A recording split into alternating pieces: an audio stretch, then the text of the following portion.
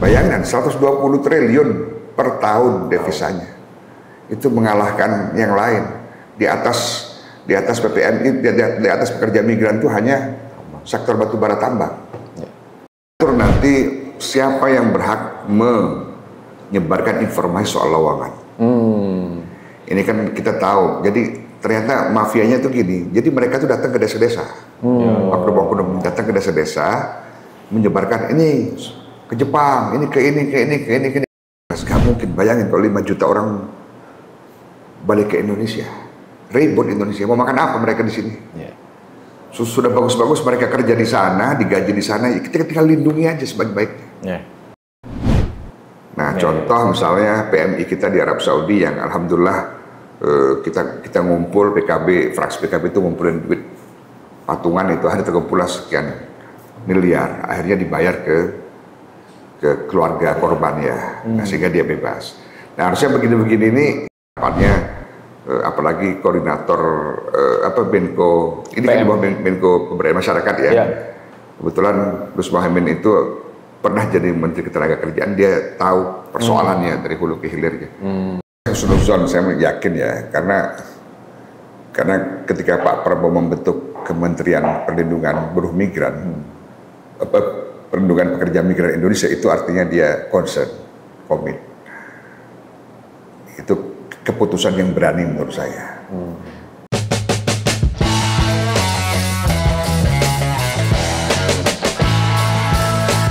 Guys-guysku, Assalamualaikum warahmatullahi wabarakatuh. Waalaikumsalam. Kali ini bukan lagi sur kali bang, sur kali-kali awak ini bang.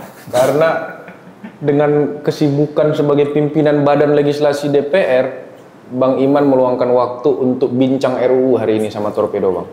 Siapa itu?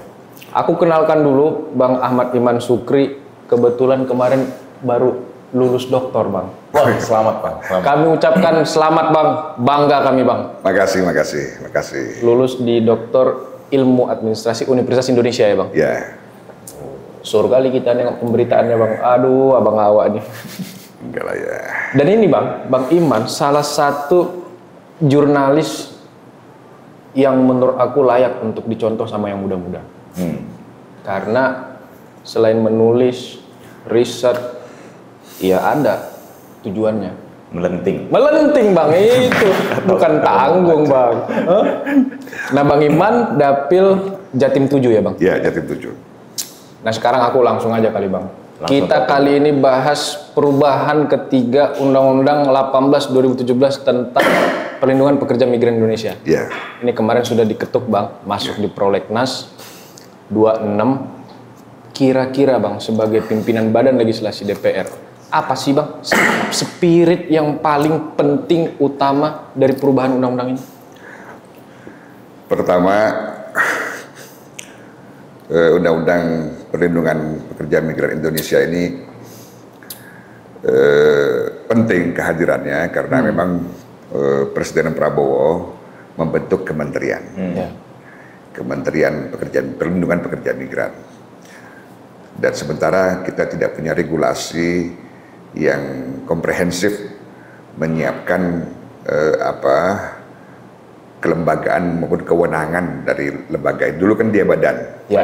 Dulu dia badan setingkat menteri, kemudian ketika Presiden Prabowo menjadi presiden, dibentuklah Perpres untuk menjadikannya setingkat kementerian. Sehingga kita menyesuaikan dengan undang-undang ini, membahas tentang perlindungan pekerja migran Indonesia sekaligus kementeriannya. Jadi undang-undang ini penting karena membahas hulu dan hilir pekerja migran. Yang kedua memang karena jumlah pekerja migran Indonesia itu sangat besar, terbesar sedunia. Per tahun ini itu sekitar kurang lebih 5 jutaan yang ada di berbagai negara, Malaysia, Hong Kong, Taiwan, Arab Saudi, dan lain sebagainya. Sementara kehadiran kementerian ini penting untuk mengatur dari hulu ke hilir, mulai rekrutmen, pelatihannya, sampai pemberangkatan, sampai dia pulang. Nah karena memang banyak juga kasus-kasus yang melibatkan pekerja migran kita, entah kekerasan seksual, kekerasan domestik, dan lain sebagainya, sehingga negara perlu hadir. Lagi pula juga devisa dari pekerja migran Indonesia itu sangat besar. Dia di bawah tambang batu bara, kurang lebih 120 triliun per tahun devisanya. Nah karena itu rasa-rasanya wajib kita sebagai DPR menyiapkan perangkat regulasi maupun memperkuat kewenangan kementerian ini sehingga bisa khusus nangani mulai dari rekrutmen, pemberangkatan sampai dia pulang nanti ke Indonesia. Ini progresnya udah sampai di mana Bang? Apakah tinggal dibahas, surprise dimnya udah sampai di mana Bang? Ini sudah tahap 1 udah selesai, udah lama. Ini kita nunggu bola dari pemerintah ini. Kita nunggu surprise dan dim dari pemerintah. Saya yakin kalau surprise dan dimnya dalam waktu dekat tahun ini dikeluarkan oleh Presiden, kita bahas ya sebulan selesai undang-undang. Dan kita mengharapkan agar undang-undang PPM ini benar-benar segera disahkan karena kementeriannya sudah berdiri setahun, supaya bisa luasa untuk membantu teman-teman kita yang pekerja migran Indonesia.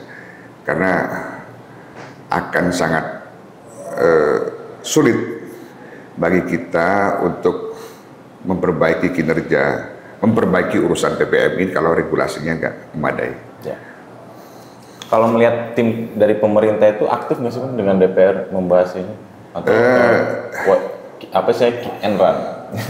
Ini waktu tahap-tahap awal aktif ya, sampai ini kan sudah tahap 1. Tahap 1 tuh RUU ini sudah menjadi inisiatif DPR, sudah diparipurnakan tahap 1. Nah tahap 2-nya menunggu surprise dari Presiden dan dim dari pemerintah. Nah setelah itu kita bahas bareng, nggak lama itu, karena panjangnya sudah terbentuk, kita dalam posisi nunggu ini.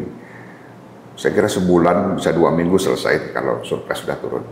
Nah kita berharap pemerintah dan kementerian segera membahas bersama-sama kami.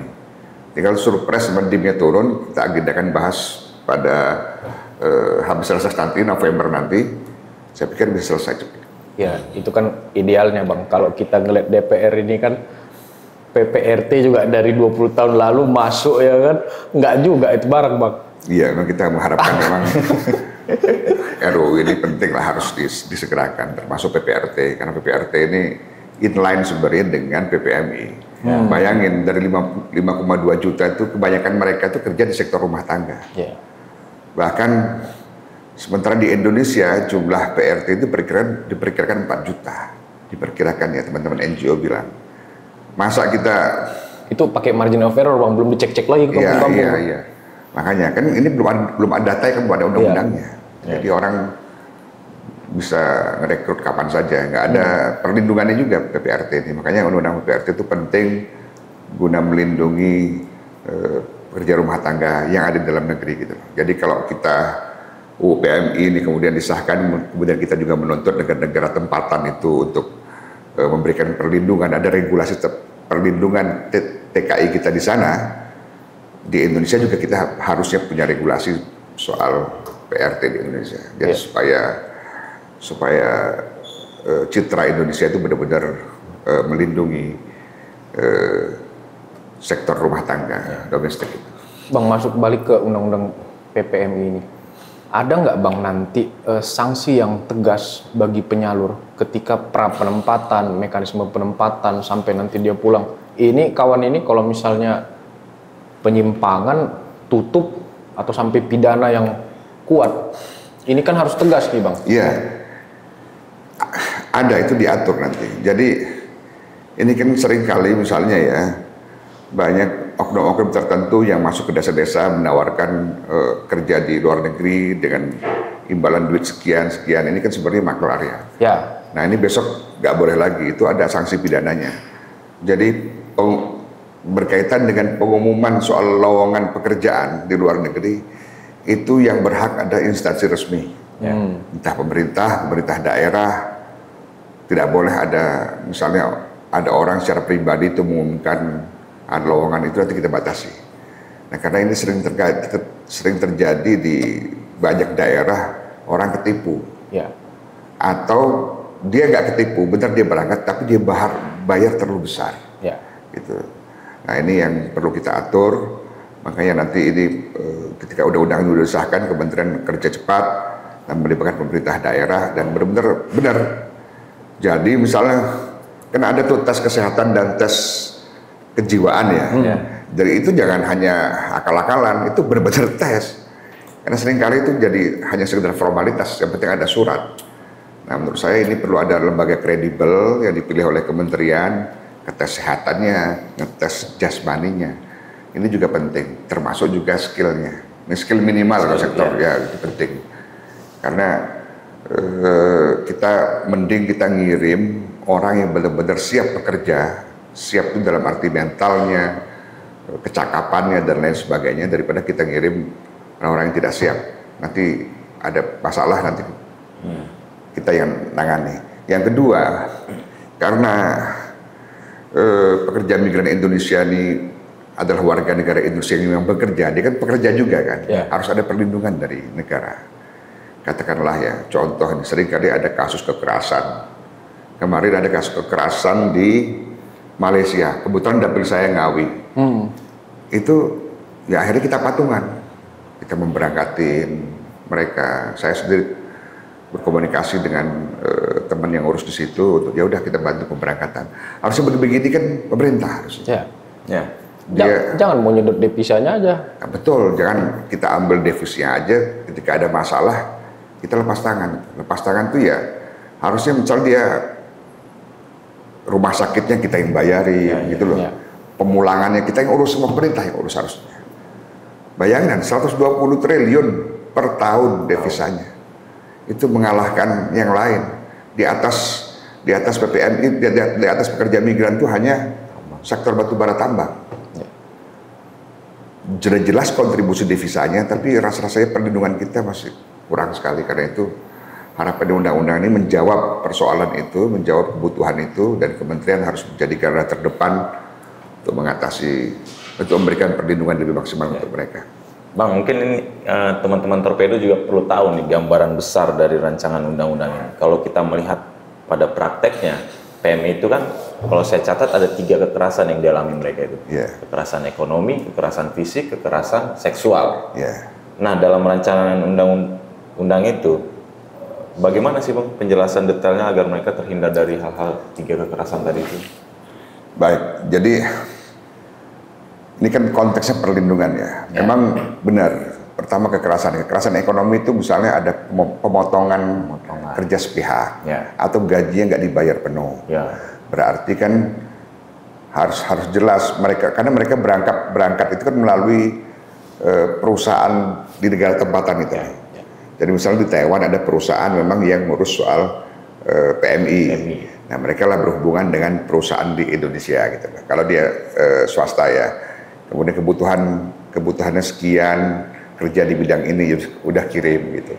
Ada kontraknya harusnya. Nah harusnya pemerintah juga terlibat ngatur, memastikan si A misalnya si muslimah nih kerja di rumah ini, tuannya ini lokasi di Taiwan, perusahaan pemberangkat dari Indonesia ini perusahaan yang dari Taiwan ini. Nah kalau ada datanya kita bisa melakukan pemerintah bisa melakukan gugatan. Gugatan perusahaannya agar perusahaannya menuntut kepada majikan. Nah karena kerja begitu kan harus jelas kontrak kerjanya kan. Nah, ketika ada mekanisme pembelaan lah, jangan hanya hilang. Nah seringkali memang mekanisme pembelaannya, advokasinya itu kurang dari kita. Seringkali mereka mengupayakan sendiri. Makanya semua teman-teman TKI itu ada organisasinya, di Taiwan ada, di Hong Kong ada, di Arab Saudi ada. Jadi kalau ada masalah mereka yang langsung ngurus sendiri antar mereka gitu. Nah harusnya ada peran pemerintah yang lebih aktif untuk mengatasi jika ada masalah. Kalau kita hitung ya, masalah-masalah itu kan sebenarnya nggak besar ya. Dari total TKI kita 5,2 juta, paling 1% nggak nyampe satu yang ada masalah. Artinya itu sudah menjadi kewajiban pemerintah untuk mengatasinya. Kalau dia legal, kalau ilegal beda lagi ya, non prosedural beda lagi ya. Itu nanti Bang kita bahas. Ya, itu nanti. Kalau yang prosedural itu enak karena dokumennya jelas, kontraknya jelas. Kalau ada masalah kita bisa menggugat. Misalnya dia nggak dibayar kerjanya, dia nggak diapa, itu bisa gugat. Kemudian kekerasan seksual, kekerasan seksual juga itu bisa kita tuntut pidana, gitu kan. Kita bisa kerjasama, pemerintah Indonesia bisa kerjasama dengan katakanlah penegak hukum di negara tempatan. Kita ada perwakilan juga di situ, KBRI-nya. Kita siapkan paralegalnya. Itu bisa kita gugat secara hukum, secara pidana maupun perdata. Misalnya, kalau dia kekerasan fisik itu juga bisa. Contoh yang terjadi di Malaysia itu begitu, kekerasan fisik. Nah, apapun ya, kan kekerasan fisik itu dan seksual itu kan udah jelas pidana.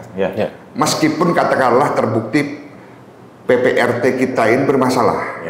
Katakanlah pas dia nyuci mecahin barang berharga mereka kan.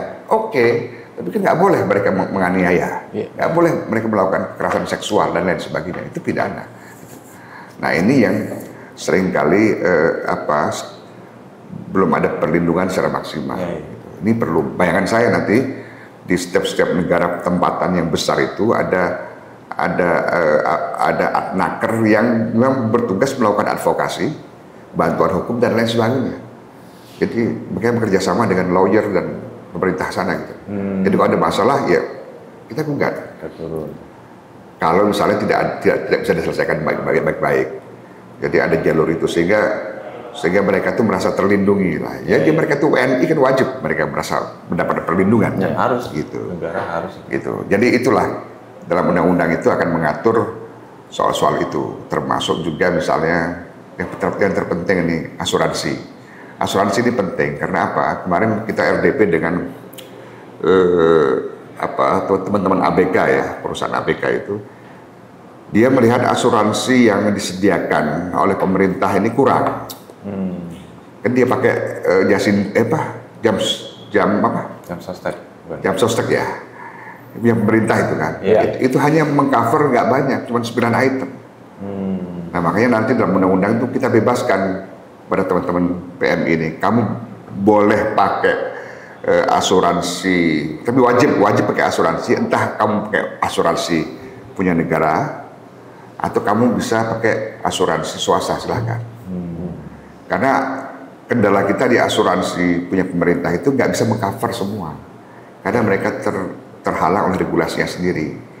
Sementara asuransi swasta itu bisa mengcover 11-12 item, termasuk dia rumah sakit di sana dia cover, apa aja semua bisa dia cover. Kalau punya pemerintah ini, sorry itu saya bang, birokrasinya jelimet itu bang. Ya, salah satunya ya itu. Kemudian bisa juga jumlahnya juga kecil.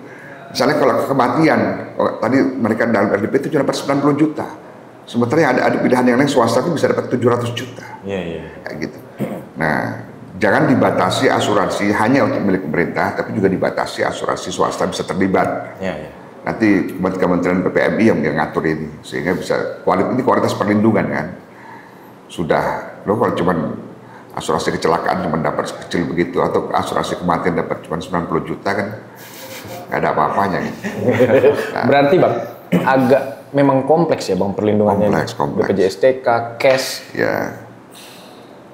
Akan ada ini dong bang nanti pengaturan yang jelas dan konkret terkait tumpang tindih. Ini kan BP2MI, ada Kemlu, ada Kemnaker. Dan ini harus satu posko, satu kementerian lembaga nih yang fokus nih bang. Kalau enggak terjadi lagi bang. Kau mau ke Jepang 40 juta sini kau, padahal 25-nya itu sebenarnya kan. Yang ilegal ini ngeri bang. Nah, dan makin banyak lubang, makin banyak peluang kan. Sudahlah, gitu kan? Ini gimana bang nanti di RU ini bang? Ya ini diatur nanti siapa yang berhak menyebarkan informasi soal lowongan. Ini kan kita tahu. Jadi ternyata mafianya tuh gini. Jadi mereka tuh datang ke desa-desa, oknum-oknum datang ke desa-desa, menyebarkan ini ke Jepang, ini ke ini kayak gitu. Kamboja banyak tuh. Ya, misalnya Kamboja dan sebagainya. Nah sehingga banyak yang ketipu gitu. Nah jadi informasi harus dibuka seterbuka-bukanya oleh pemerintah daerah, oleh pemerintah pusat. Jadi masyarakat bisa lihat langsung, oh ini harganya sekian. Mekanisme birokrasi juga dipermudah dan lain sebagainya. Karena kasihan ya, kadang orang berangkat tuh jual tanah, pinjam uang. Dimingi-mingi di Jepang udah jelas dia dapat. Jadi ya ini kita harus urusan kemanusiaan, yang negara harus hadir lah, karena jelas-jelas gak mungkin. Bayangin kalau 5 juta orang balik ke Indonesia, ribut Indonesia, mau makan apa mereka di sini? Sudah bagus-bagus mereka kerja di sana, digaji di sana, kita tinggal lindungi aja sebaik-baiknya. Kan dari divisi 120 triliun, bahkan Arab Saudi Timur Tengah itu pengen banget ada dari Indonesia TKI atau PMI-nya karena terkenal hospitality bagus dan lain sebagainya. Nah, ini wajib lah, kan undang-undang ini penting, wajib kita jaga betul. Termasuk potensi tabrakan dengan kewenangan kementerian harus diatur ini. Misalnya Adnaker nanti masuk mana? Nah saat ini kan masuk Kementerian Ketenagakerjaan kan? Nah Adnaker nanti masuk ke misalnya Kementerian PMI. Apalagi misalnya soal ABK masuk ke mana? Ya ABK itu sering tuh. Nah, kan ada dua itu karena mereka di perhubungan juga kok nggak salah itu. Harus diatur bersama. Ada satu direktorat nanti di Kementerian PMI yang mungkin lintas sektor. Di situ ada orang dari perhubungan misalnya, ada orang dari, sehingga koordinasi lebih mudah. Ketika kementerian ini dibentuk oleh Pak Prabowo, harusnya satu pintu di kementerian ini. Dan yang kasih pengumuman lowongan juga harusnya P2MI, Bang ya? Iya, P2MI. P2MI, kemudian pemerintah daerah punya kewenangan. Ini kan sering-sering kan informasi ditutup-tutupi. Main sendiri selain mansi kan masalahnya semakin gelap tuh semakin permainan semakin banyak. Nah dibikin terang. Nah diatur juga sanksi bagi orang yang tidak punya otoritas menyebarkan informasi soal lowongan kerja. Dan itu juga bahaya. Kan sekarang masih terjadi nih, orang ke desa-desa bikin brosur-brosur, kerja ke Malaysia hanya sekian, kerja ke Jepang hanya sekian, iming-iming gaji sekian. Walaupun ada itu kan membantu Prabowo dulu, keluar negeri aja. Kalau yang skill labor itu nggak bisa diatur. Banyak kok di Jepang tuh orang-orang Indonesia yang skill labor. Benar-benar. Kerja di perusahaan, Ini PPM ini kita ngatur sebenarnya kerjaan terutama sektor domestik maupun sektor yang memang yang unskilled labor lah kira-kira begitu. Kalau skill labor banyak, orang kita Indonesia yang kerja di Australia banyak. Pabrik itu banyak. Nah, tapi gitu. Unskilled itu yang rentan Bang ya? Ya rentan. Karena dia tinggal ya di rumah orang, kemudian siapa yang ngawasinya gitu. Kayak gitu. Itu ya ke depan kita ingin sih bahwa Indonesia itu mengirim skill labor. Tapi kenyataannya kan masih banyak orang Indonesia kan masih, ya kalau saya bilang tadi, kalau siapa sih yang mau jadi PRT gitu loh, kalau dia skill ya mending dia kerja di kantoran. Cuma kan tak ada lapangan kerja ya di sini Bang. Betul, gitu. Negeri Gemah Ripah Lodjidau ini kan tampak luar aja Bang. Bang, ini di bawah garis koordinasi Menko Pemberdayaan Masyarakat Pak Muhaimin. Dan ini kan di bawah koordinasi dia. Apa political will yang Abang baca, Abang lihat dari pemerintah untuk benar-benar lindungin ini 5,2 juta ini? Pertama, ketika kementerian ini dibentuk sendiri oleh Pak Prabowo, dia bukan badan, itu artinya Pak Prabowo ingin bahwa ini diatasi secara serius. Satu. Kementerian P2M ini jadi kementerian yang pertama lah, satu-satunya fokus ngurus soal pekerja migran Indonesia. Makanya undang-undang ini perlu segera cepat kita sahkan karena supaya bisa berjalan nih. Memang problem selama ini ego sektoral. Karena kan dulu dia badan itu kan anggap ya di bawah menteri lah jauh kan. Jadi sehingga seringkali ada problem ego sektoral. Yang kedua soal imigrasi penting itu, karena imigrasi ini juga harus menjadi bagian dari semangat perlindungan. Nah, karena orang yang sudah pernah ada masalah katakanlah soal tenaga kerja di luar negeri itu harusnya nggak boleh berangkat lagi. Itu imigrasi yang kunci. Yang sering bermasalah ilegal misalnya unprocedural gitu, itu kalau ketahuan harus informasi satu atap, dia orangnya udah nggak boleh berangkat lagi. Screeningnya di situ, Bang. Kalau PMI ketat tapi imigrasi nggak ketat, bisa jebol gitu. Nah ini harus juga penting untuk terus kita jaga. Kita ingin melindungi PMI kita. Contoh misalnya di Arab Saudi, ini kan seringkali terjadi kasus kemudian dia dipidana mati kan. Sebenarnya konteksnya dia bertahan, tiba-tiba ngelawan, terbunuh majikannya. Nah ini kan negosiasi, ada yang mau dinego, bayar diat, ada yang nggak mau sehingga dihukum mati. Hukuman Arab Saudi begitu. Tapi ada yang mau dinego, dirembuk gitu kekeluargaan, terus duitnya dari mana?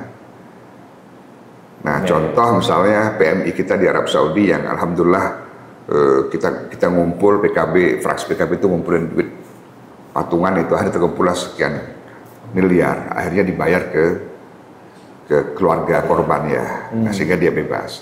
Nah harusnya begini-begini ini siapa? Iya. Pemerintah ngatur nggak gitu, hadir nggak gitu, kayak gitu. Itu menjadi wibawa negara ya, sama kayak Corby. Kasus narkoba di Australia, itu dibela oleh pemerintahnya, dihukum mati itu. Jajan politik dibela, akhirnya dia dibawa ke Australia, nggak dihukum mati gitu. Nah gitu. Nah penting adanya kementerian ini termasuk undang-undang ini untuk menyatakan kembali ini soal ngatur perlindungan PMI kita di luar negeri, itu penting. Nah harapannya apalagi koordinator Menko ini kan di bawah Menko Pemberdayaan Masyarakat ya. Kebetulan Gus Muhaimin itu pernah jadi Menteri Ketenagakerjaan, dia tahu persoalannya dari hulu ke hilirnya. Karena emang seringkali kasus masalah itu karena nggak tertangani karena pemerintah nggak punya anggaran. Kan bisa aja hitungan saya ya, kalau defisitnya 120 triliun, ya udah berapa persen 120 triliun itu dana taruh di pemerintah khusus untuk nangani soal perlindungan TKI.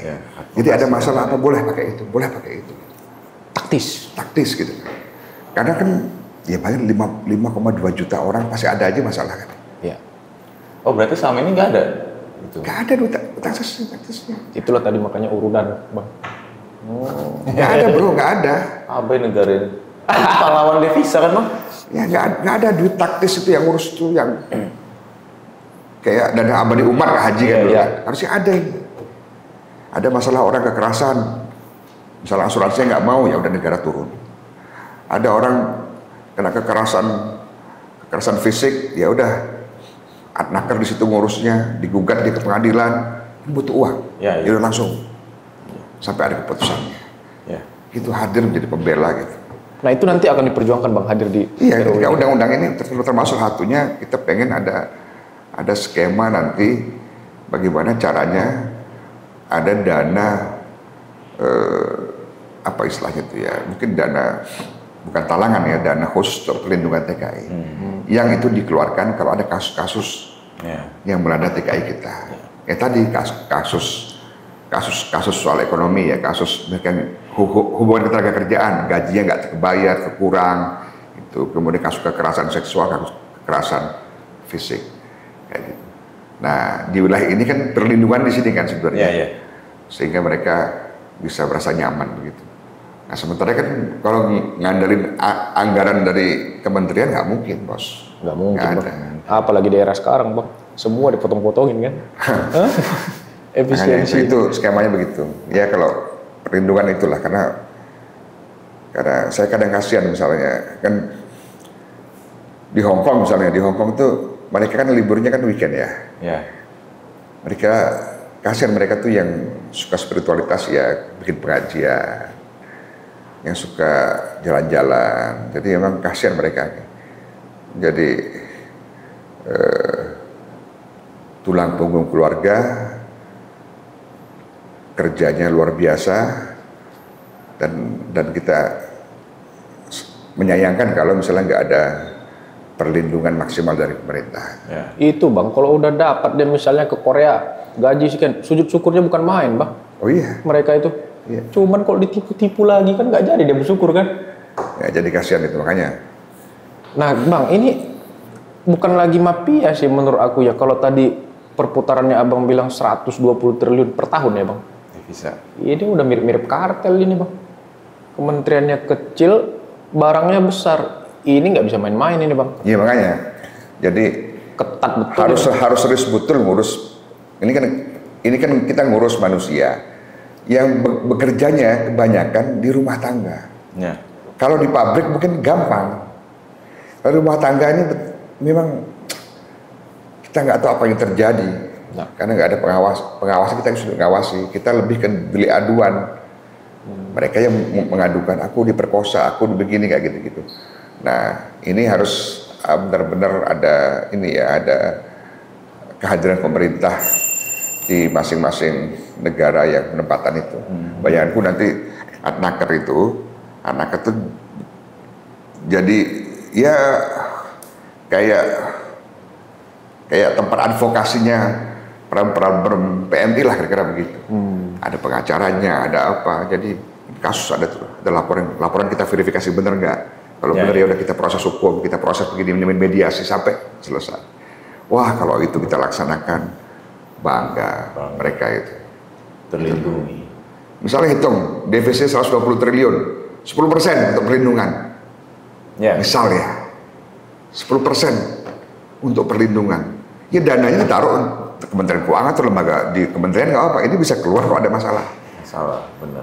100 karena seringkali Adnaker itu juga kekurangan dana, anggarannya kan kecil. Sementara apa butuh apa. Gitu. Nah ini penting menurut saya untuk menunjukkan bahwa kita tuh nggak ngelepas begitu aja orang Indonesia yang kerja di situ. Lo mau makan mau nggak, tapi benar kita jagain. Sama ketika orang-orang luar negeri yang ada di Indonesia, di Bali bekerja macam-macam atau mereka wisata, kalau ada masalah kedutaan besar benar-benar melindungi mereka. Gitu. Nah kita ingin begitu, itu kebanggaan kita sebagai orang Indonesia. Dan 52 juta itu bukan jumlah yang kecil, seperti saya bilang tadi. 5,2 bang. Iya 5,2 juta jumlah itu bisa membuat negara baru jumlahnya. Lo bayangin kalau dia pulang ke Indonesia mau kerja apa? Tinggal kita layani, lindungi secara baik. Iya. Nah, gitu. Nah tumpang tindinya sama PPRT nanti gimana itu bang? Itu nggak tumpang tindih. PPM itu kan kita ngatur soal perlindungan. Khusus PM yang PRT tadi bang? Iya di luar negeri. Kalau undang-undang PPRT itu ngurus dalam negeri. Misalnya aku nih kan ada PRT di rumah yang kerja. Nah itu diatur. Perlindungan juga pendekatannya. Selama ini kan nggak ada hubungan kerja kan bisa. Kamu mau kerja ya udah gaji sekian, nggak ada dokumen tertulisnya. Nah besok itu ada dokumen tertulisnya. Pertama ngatur berapa gaji yang disepakati. Kita nggak atur standar UMR nggak, tapi kesepakatan antara pemberi kerja dan pekerja. Oke, deal di angkasi dicatat. Tapi yang wajib dalam mengatur soal PPRT itu soal perlindungannya. PRT wajib mendapat sosial jaminan sakit misalnya kalau dia sakit ada jaring sosialnya. Jaring sosialnya. BPJS cash-nya lah bang. BPJS-nya ada BPJS ketenagakerjaannya yang bayar majikan. Dan nggak besar kok itu. Nggak besar bang. Nggak nyampe 100.000 kok per bulan. Tapi kan memuliakan mereka. Benar. Status hukumnya jelas, kalau dia sakit dia bisa pakai BPJS, dia juga ada BPJS ketenagakerjaannya. Kemudian juga ada hari liburnya, minimal sehari seminggu. Ya wajar lah, masa nggak ada liburnya kan. Robot ya bang? Robot, kayak gitu. Nah sebenarnya nggak kan seringkali ini ada informasi yang salah, wah nanti kita digunggar sama PRT macam-macam, nggak gitu kali lah. Lebay itu bang ya? Lebay. Ya ini, ya kita harus dukung lah karena ini bagian kepedulian kita sama saudara kita yang susah sebenarnya. Ini menuju closing bang. Kalau aku cuma minta penilaian abang nih, pimpinan DPR dan presiden, karena kita aku sih belum melihat ya presiden concern terkait PMI ini. Apakah memiliki semangat yang sama terhadap RUU ini? Karena ini kan satu menyumbang devisa, negara juga abang bilang tadi yang nomor 2, Kemudian ini kan langsung pada hajat masyarakat yang di bawah, yang dimana sebenarnya negara gagal menciptakan ekosistem lapangan kerja. Ya. Gimana Bang lihat? Saya masih husnuzon, saya yakin ya, karena ketika Pak Prabowo membentuk Kementerian Perlindungan Buruh Migran, Perlindungan Pekerja Migran Indonesia, itu artinya dia concern, komit. Itu keputusan yang berani menurut saya. Itu keputusan yang bagus. Termasuk juga PPRT. PPRT ini Presiden pernah ngomong, nggak usah 3-4 bulan lalu. Ini harus selesai segera. Nah, saya pikir ini nggak ada halangan lah. Ini undang-undang populis untuk masyarakat banyak, dan saya yakin Presiden dalam waktu dekat akan melakukan surprise. Ini agak terhambat aja karena demo-demo kemarin itu. Jadi konsentrasi soal ada aspirasi ojol, ada apa dan lain sebagainya. Tapi semangatnya harusnya bagus. Nah, Kak, apa ya? Karena ini kalau kita bicara Undang-Undang Dasar 45, ini bagian dari tanggung jawab pemerintah dan negara untuk melindungi warga negaranya. Kalau kamu lihat, belum lagi kita bicara yang ilegal atau unprocedural itu banyak kali, lebih dari 5,2 juta. Oh, pasti. Oh iya. Jadi itu yang tercatat aja berarti. Menurut PBB itu hampir 10 juta, 9 juta sekian. Itu campuran antara yang legal dan ilegal. Banyak sekali. Belum yang ABK itu banyak banget. Banyak banget. Sering. Ya saya kemarin kapan itu waktu saya umroh ketemu di Dubai itu ada orang ABK. Tanya kerja di mana kalian? Di mana itu? Di Afrika gitu. Wah, luar biasa. Jadi setahun 8 bulan di kapal baru pulang. Ada orang kampungmu juga satu situ.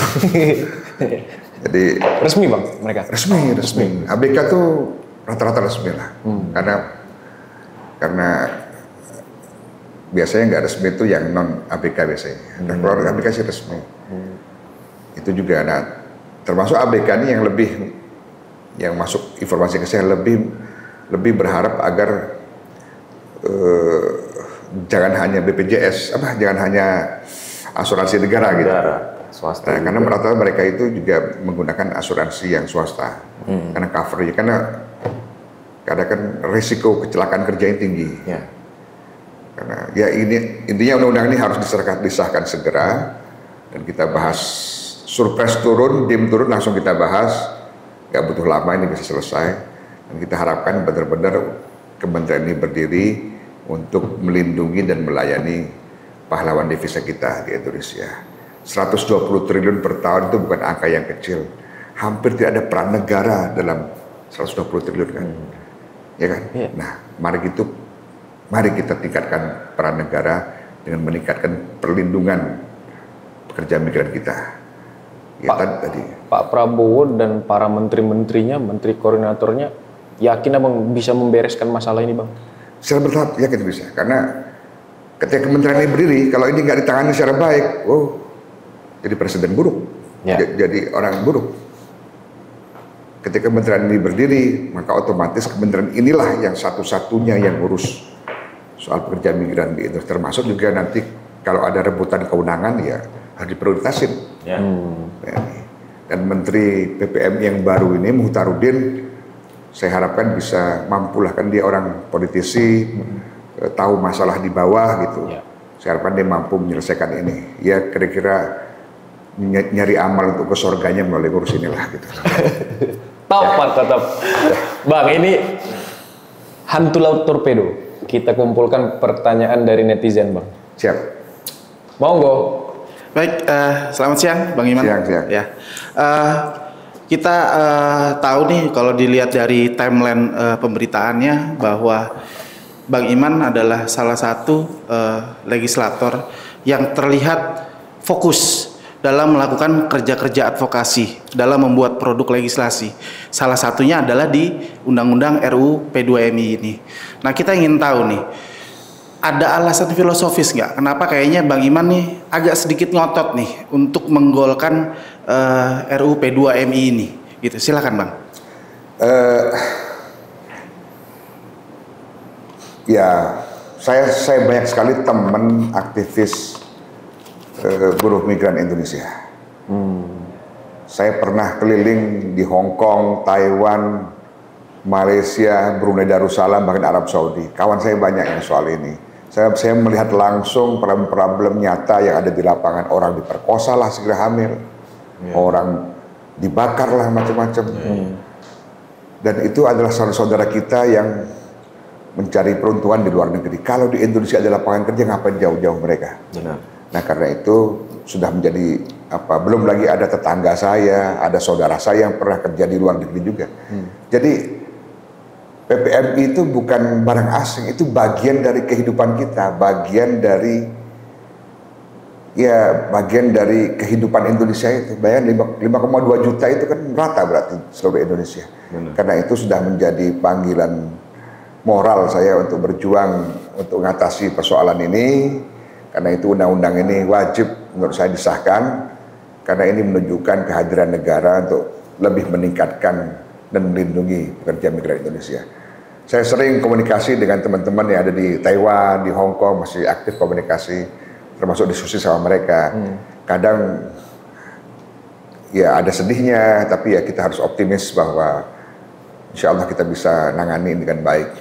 Karena seperti saya bilang tadi, mereka berangkat ke luar negeri itu hampir tidak ada peran negara. Duit mereka sendiri. Dia kerja di sana. Negara dapat devisa. Rasa-rasanya zolim kalau kita nggak melindungi mereka gitu. Nah itu aja sebenarnya. Ini harus diperjuangkan. Terima kasih. Itu kalau jadi Bang Iman jadi Bapak PMI, cawapres terkuat itu. Cukup, ada lagi? Paten. Terima kasih. Guys-guysku, nggak banyak legislator di Senayan yang punya perspektif sosial. Menurut aku di PKB, Bang Iman salah satunya, Bang. Kita doakan sehat terus sebagai pimpinan balik, dan kita juga di lapangan, Bang, masih aktif jadi wartawan. Kita ikut mendukung langkah-langkah perjuangan Abang untuk iklim pekerja dalam luar negeri yang dimanusiakan, Bang. Kita ketemu di torpedo berikutnya. Assalamualaikum warahmatullahi wabarakatuh. Waalaikumsalam warahmatullahi wabarakatuh.